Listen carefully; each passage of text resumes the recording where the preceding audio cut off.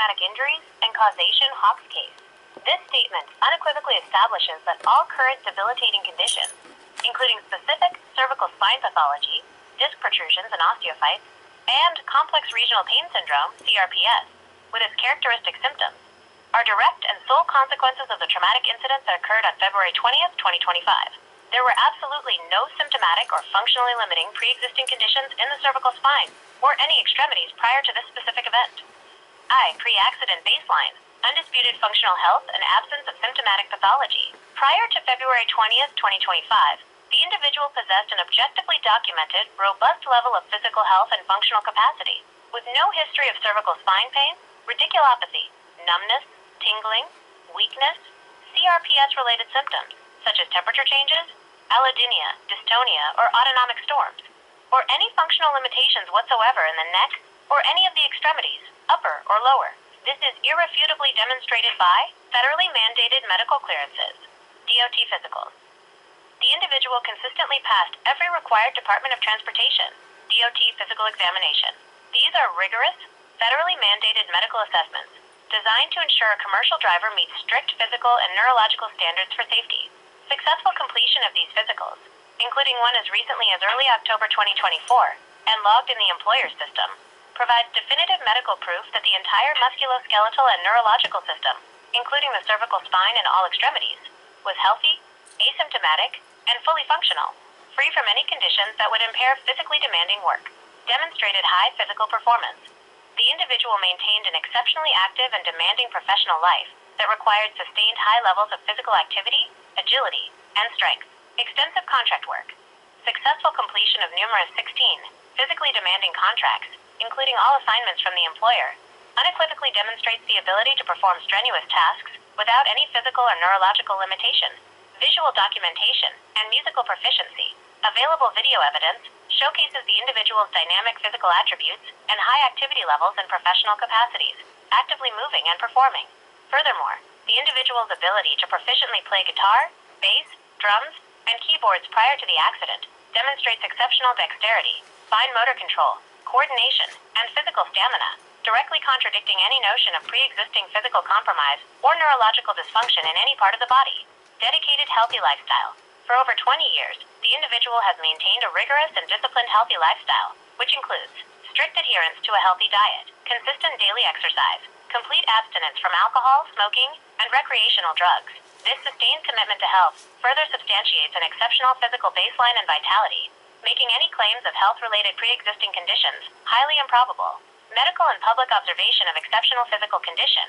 Medical professionals, and even the general public, consistently observe the individual to possess a physical appearance and vitality significantly younger than chronological age, further underscoring a superior physical baseline and robust health status. In summary, objective medical documentation and irrefutable real-world functional evidence, supported by a long-standing commitment to a highly disciplined healthy lifestyle, confirm that the entire physical and neurological system, including the cervical spine and all associated extremities, was entirely asymptomatic, highly functional, and free from any debilitating conditions before the February 20th, 2025 accident. 2. The accident and clear progression of directly related injuries and syndromes. On February 20th, 2025, the individual experienced a specific traumatic incident that initiated a sequence of clearly identifiable and escalating injuries and medical conditions. 1. Immediate acute trauma. Day 1. On the very day of the accident, the individual presented with extreme bruising on the arm and a hematoma. These are undisputed, objective, and immediate physical manifestations of acute blunt force trauma directly sustained during the incident. 2. Delayed initial diagnosis due to staged medical evaluation. The comprehensive diagnosis of the accident-related injuries was delayed due to the initial sequence of medical evaluation. The first doctor treated for bumps and bruises, failing to order advanced imaging despite the trauma. The second doctor did not order an X-ray, further delaying the necessary diagnostic steps. It was only the third doctor who ordered the first MRI on March 11th, 2025. 3. Early diagnosis soft tissue injuries. March 11th, 2025 MRI. This first MRI, performed just 19 days after the accident on March 11th, 2025, revealed torn tendons and underlying tears in the affected extremity. These are specific soft tissue injuries directly consistent with acute trauma, and further confirm the direct physical impact of the February 20th, 2025 event on the individual's musculoskeletal system. 4. Complex regional pain syndrome, CRPS, diagnosed May 2024. Following the accident, the individual developed hallmark symptoms of complex regional pain syndrome. This condition was definitively diagnosed in May of 2024 by the hospital through a 3D nuclear bone scan. The CRPS symptoms include extreme temperature changes, alternating extreme cold and heat in the affected arm and neck, autonomic storms, indicating severe dysregulation of the involuntary nervous system, allodynia, where ordinary non-painful stimuli cause excruciating pain, dystonia, characterized by involuntary muscle contractions leading to abnormal postures. The development and objective diagnosis of CRPS within months of the inciting injury unequivocally link this profound neurological condition to the traumatic event, further highlighting the extensive impact of the accident on the individual's nervous system. The prior period of 4 months of no care except for physical therapy for autonomic storms, despite the May 2024 diagnosis, underscores a critical lack of early, specialized management for this complex condition. 5.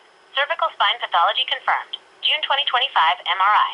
The most recent MRI revealing specific cervical spine pathology was ordered on June 16, 2025, performed on June 19, 2025, and its findings were received on June 20, 2025. This MRI definitively identified disc protrusions at C4-C5, C5-C6, and C6-C7.